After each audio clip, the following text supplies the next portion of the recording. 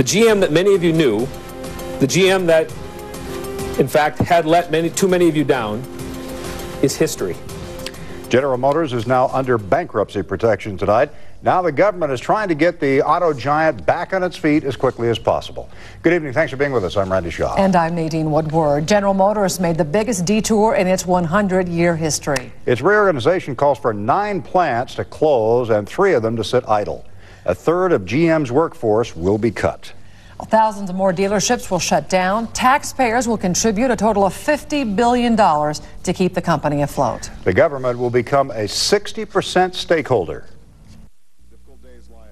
We are acting as reluctant shareholders because that is the only way to help GM succeed. What we are not doing, what I have no interest in doing, is running GM. Executives promise the new GM will be leaner, stronger, and more competitive. Well, one of the area's largest GM dealers, Gee Automotive, has been trying to keep consumer confidence afloat amid the company's downfall. KREM 2's Marissa Bagg has more on how people feel about buying cars from that now bankrupt company. Well, the CEO of Gee Automotive says that consumer confidence is one of their biggest hurdles these days. He says slowly but surely it is building back up. There are 6,000 General Motors dealerships across the country. Part of filing for bankruptcy means bringing that number down to about 3,800.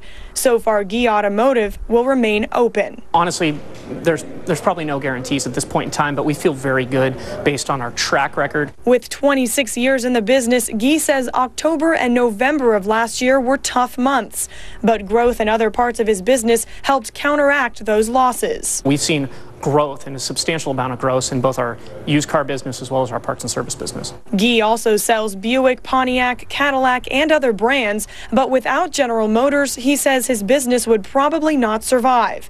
Gee says right now the challenge is assuring customers their warranty would still be good on a GM vehicle despite the bankruptcy. We have no way to measure who's not coming in, and deciding to go somewhere else. But the people that are coming in, it's definitely on their minds. They're asking the question at least. We wanted to know if the company's bankruptcy would affect a customer's decision to buy a GM car.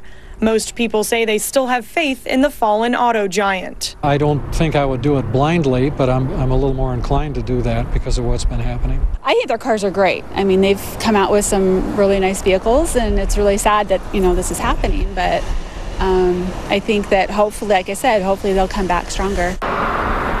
The Obama administration estimates it'll be about 2 to 3 months for the company to emerge from bankruptcy.